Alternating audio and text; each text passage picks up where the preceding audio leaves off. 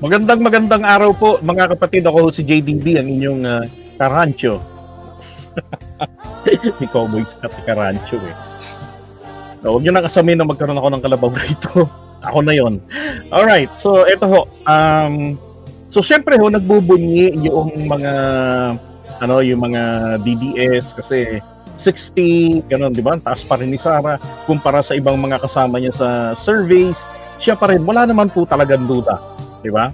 Mataas pa rin po siya pa rin ho talaga yung nangunguna sa surveys na mga nagdaan. Pati ngayon sa Pulse Asia, siya pa rin naman. Pero ang problema, sabi ko nga, dapat pong maintindihan natin dito is yung galaw. Di ba? Yung galaw, popular natural, mangunguna yan. Pero yung galaw, yun ang problema. At saka yung nawawala ng tiwala. Yun po yung pinaka-importante na tinitignan dyan sa survey. So syempre, tingnan natin yun. Okay? Kaya sabi ko nga rito, downtrend sa surveys, hindi kinaya ng PR at kabastusan. Bakit ko naman po nabanggit yung PR? Mamaya may kita nyo. Tapos yung kabastusan. Diba? Hindi ba naman kabastusan yung pupunta ka, invite ka ng kongreso? Diba? Si Sara ho ay kabahagi ng Executive Department. Si VP Sara. So, ang level niya po ay katulad ng sa mga cabinet secretaries.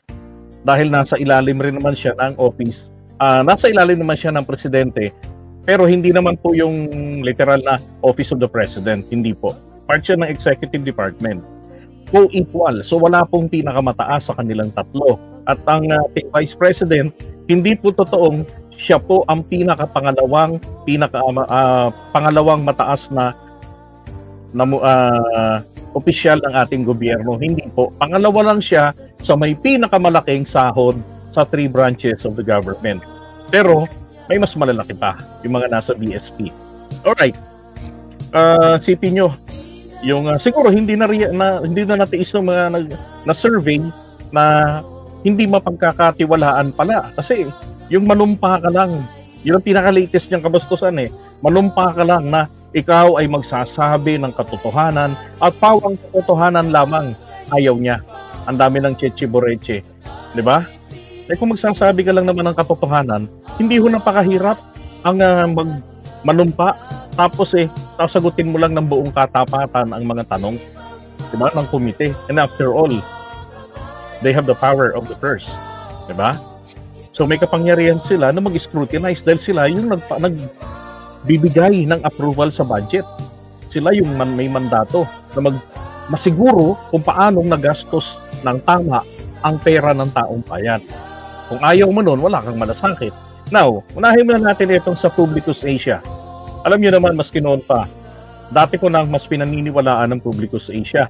Kahit na sabihin natin na may mga time na si BBM sumasadsad sa survey ng Publicus Asia, diba? Kahit na yung iba sinasabi nila, nandyan kasi si Maluti Kia, ang PR manager daw. I'm not really sure, pero may nakita nga akong ganun dati na PR manager daw nito ni Sara Duterte, si Maluti Kia. Pero ganun pa man ho, hindi maitatanggi ang survey ng Publicus Asia, hindi ho ito maipading. Diba? So tingnan nyo first quarter ng 2024, 46, pababa rin. Second quarter, Diyos ko po, trust rating naging 28%. Diba? Tapos yung walang tiwala, 27%. Tapos 41% itong second quarter. At ito na nga po yung third quarter nila, September 15 to 19, yung survey. So 14% pababa from 41, bumaba na, nag-40. And then ito naman, third quarter, September 15 to 30, 33%. Nako, pabulusok pa rin si Sara. Diba? Pero ang pinaka-latest ngayon, ito pong Pulse Asia o tinatawag pong Pulse Asia, yes, si PBBM ay bumaba rin naman po. Lahat ba sila nagpabaan? Pero pinakamatindi ho ang kay Sara. Diba? 9% po yung kanyang ibinagsak.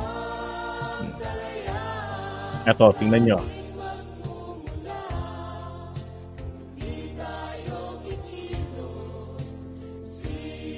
Alright, so ito unahin natin ang comparative performance rating. June 17. Yan. Kita nyo, June 7th, June and tsaka September. So second quarter and then third quarter po. So eto.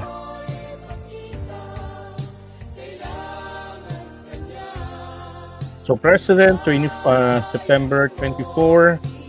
Okay, so sa buong kabuuan ng Pilipinas, 50. And then, ang kanyang, yung June naman niya, ito September, and then yung June, 53. Bumaba po ng 3 ang presidente natin.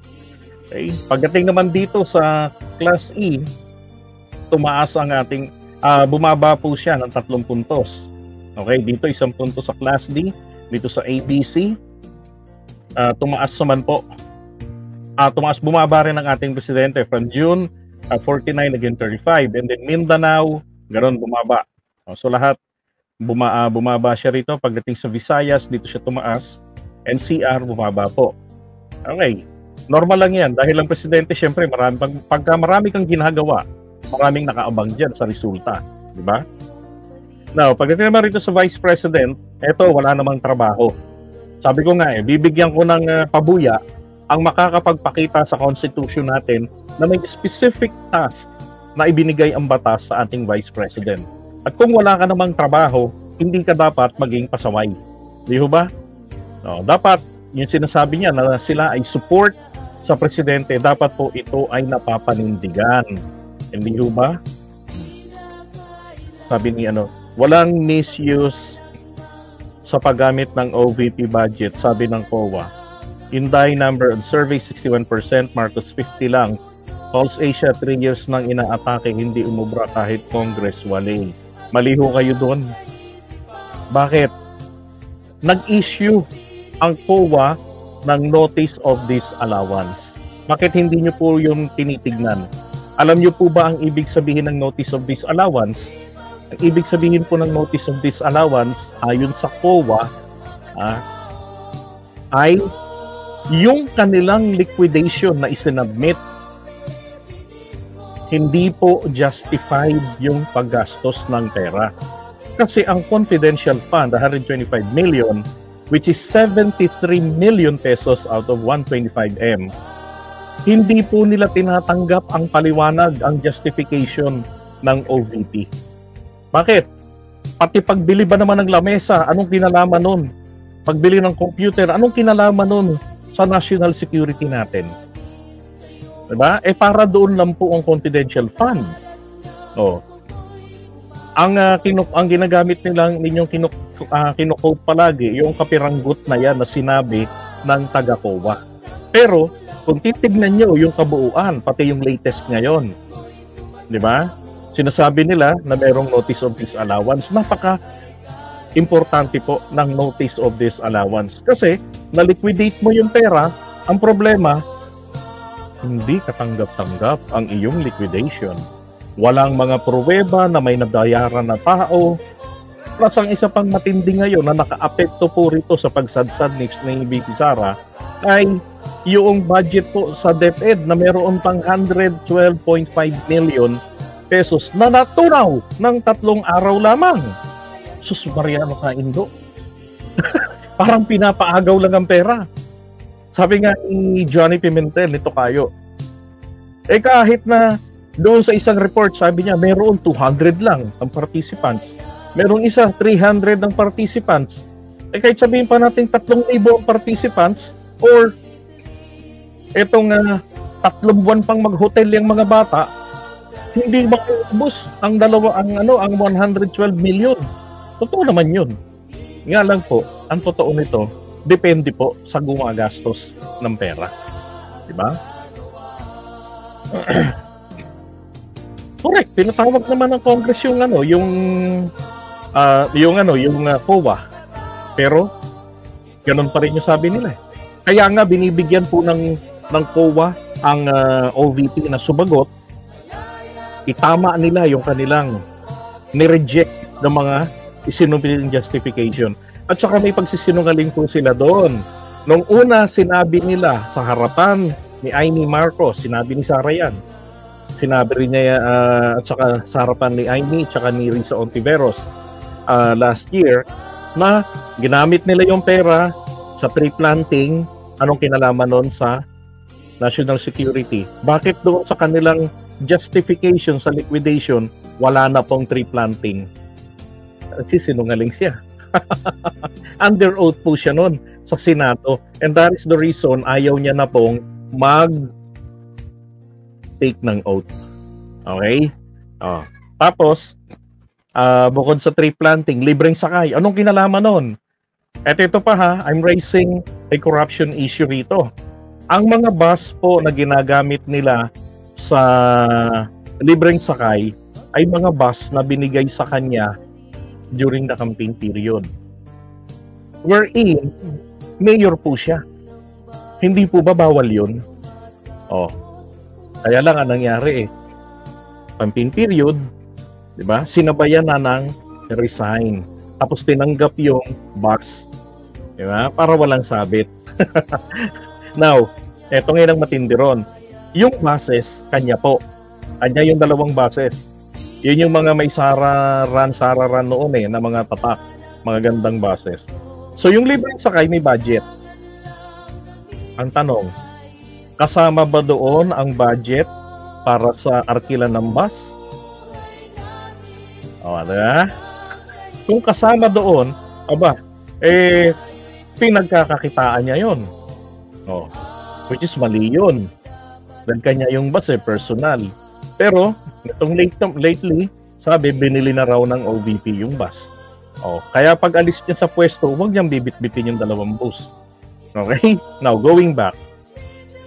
So rito, ang laki ho ng isinadsad, yung June 24 survey, 69 siya dati, tapos naging 60. Saklap. Diba? Saklap yan. And then, tingnan nyo naman sa NCR, dito pa naman ang pinakamatindi ang boto. Dito ang pinakamalaki. So, 64 naging 36. Buti pa si PBBM, 61 naging 52 lang. Diba? Pagdating sa Luzon, 54 naging 46. Dito sa Visayas, 80 naging 71. 95 naging 93 sa Mindanao. Diba? Ngayon, ito naman kay SMR, lagi naman ganyan yung laro ng galaw ng ano niya And then, ito naman ho, yung pinakamatindi.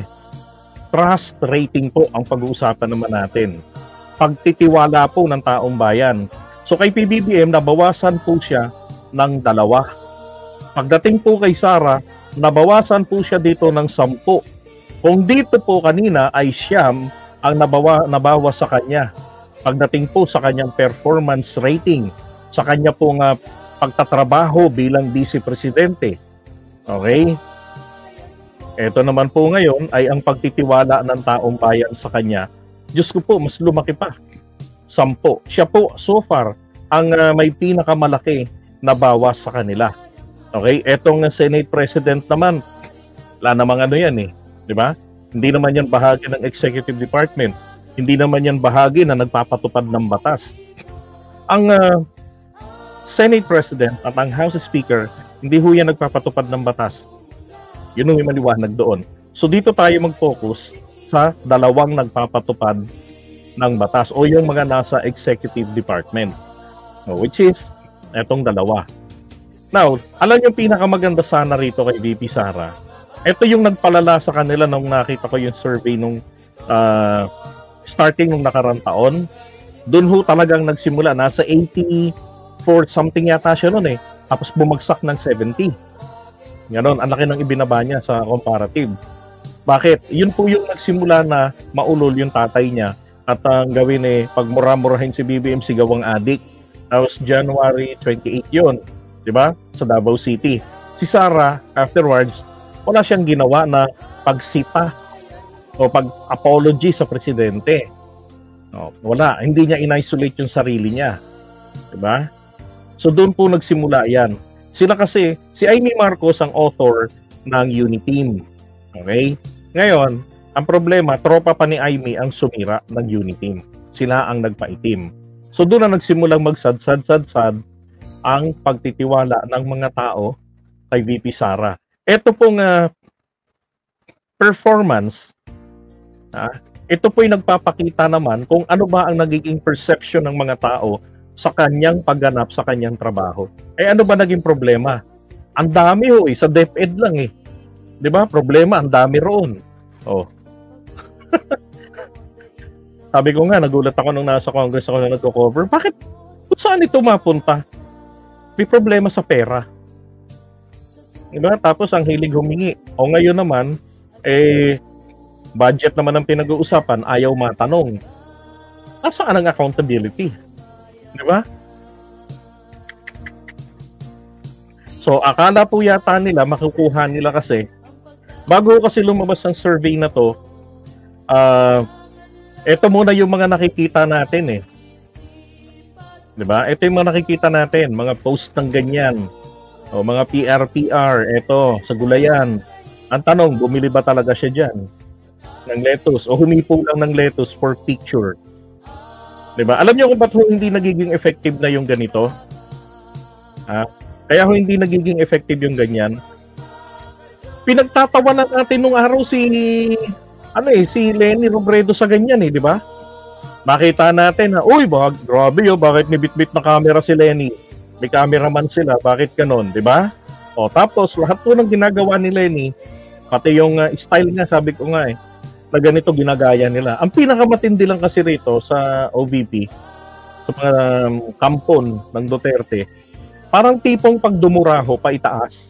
Pag dudura pa taas sa katingala sila. Saan lagapak nun? Sa mukha nila. 'Di ba? Ayan. So imbis na dumalo para sagutin, 'di ba? Yung mga issues na ibinabato sa kanya, which is yun po yung nararapat. Wala ka namang trabaho kasi, Diyos ko naman. Yung mga DDS, wala namang trabaho. Sabi ko nga, hanapin nyo, bigay nyo sa akin ngayon mismo. O kaya i-PM nyo sa akin, o i-comment nyo. Anong article at section sa Constitution nagsasabi ng mandato ng Vice President? At inuulit ko sa inyo, ang mandato po ay hindi po ito nagmumula, hindi ito nagmumula sa dami ng boto mo.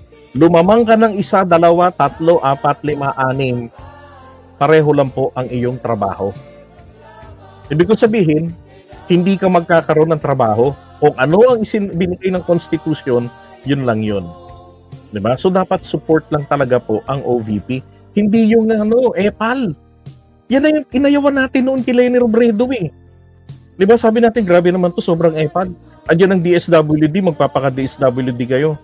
Tapos kung ginagamit yung mga gamit ng DSWD pang donate, diba? Nasa bodega nyo rin. Ba't hindi na lang lahat pinasa sa DSWD? Yun ang sinasabi natin noon kay Leni Robredo Diba? Ngayon, ginagawa rin nila. Pinagpipilitan pa. Kaya ang laki nung na-slash na budget niya Kasi, majority nun, puro mga repeat projects ng iba't ibang ahensya ng gobyerno. So, hindi po nakakalimutan to ng taong bayan. So, sa madaling salita nga po, kaya bumagsak yung survey, sumasadsad tuloy-tuloy at mas matindi ngayon, hindi mo nakalimutan ng tao na imbes na harapin mo ang responsibilidad mo, ang iyong obligasyon sa bayan, nakuha mo pang kamasyal. Ito pagkagaling niya kay Leni Robredo sa Camarines Sur sa Naga, doon sa amin. Uragon ako Dumiretso siya rito, nagdagat. At kasabay rin po ng araw na yan, ay nandun pinatawag siya sa Kongreso. Hindi nyo kami makukuha sa pamotor-motor. Okay? Ito yung nagpapakita lang talaga na lakwat Sara. Yung sabi ng iba, lakwat Sara. Diba? Yan, hindi nyo kami makukuha sa patatu-tato. Sana ganyan yung itinato ni Wang Od, Yung nilagay ni Wang Od, sana Shimenet. Wala, hindi uubra. Okay? Simple lang naman kasi yung ipapaliwanag mo lang naman yung sagot.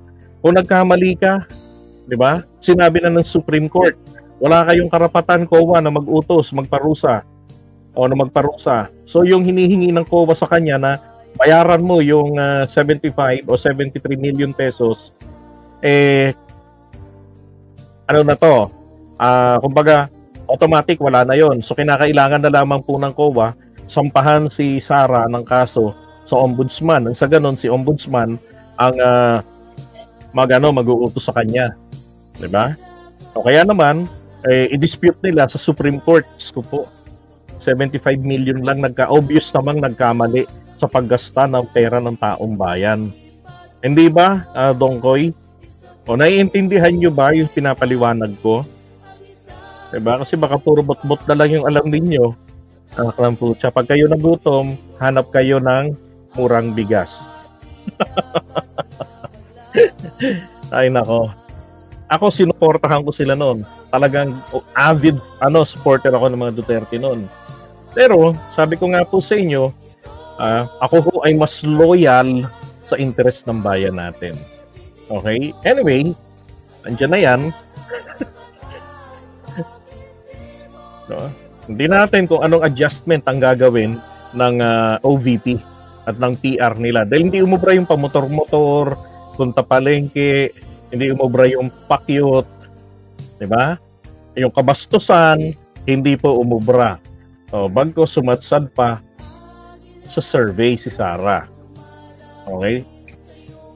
Yung 9 points pala, 9 points pala yan sa performance. Yung 10 points, yun po yung sa trust rating niya. Okay? So next naman po pag-usapan natin.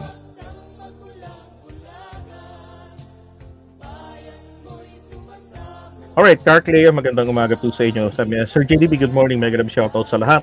Napansin mo ba, Sir JDB, na ang remaining 50,000 na DDS ay fans ninyo? Ha? Hindi ko napansin. Isipin nyo, naiinis sila sa sinasabi nyo, pero hindi nila kayang umalis sa LS nyo. More power to you. Thank you so much. Hindi, kasi ako naman, nire-respeto ko yung mga DDS. Dati rin naman nila akong kabaro, dati nila akong kasama eh. Saan sila nagtatanong eh, JDB, ano masasabi mo sa ginawa to ni Tatay Digong? Di ba? Ako humiwalay na lang ako sa kanila dahil hindi ko kayang tiisin bilang isang Pilipinista, bilang isang aktivistang vlogger since college days pa po at mula pa pagkabatay mulat na ako sa politika dahil ang tatay ko yung mahilig po sa mga komentarista kila Kauding Bartolome, kila Totoy Talastas,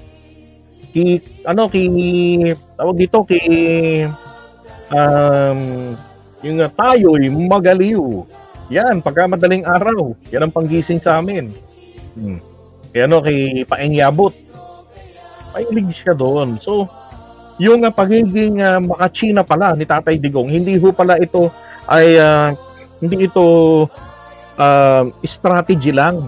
Talaga pong katulad po rin siya nila Alice Guo. Alam niyo ba, I just figured out, hindi ba nung sinabi nung isang espiya, yung nakakulong sa Thailand, si Jejiang Chongli na yon, yung mukhang model ng fake pulboronic video. Sinabi niya 2016 nagsimula ang pag-espiya dito sa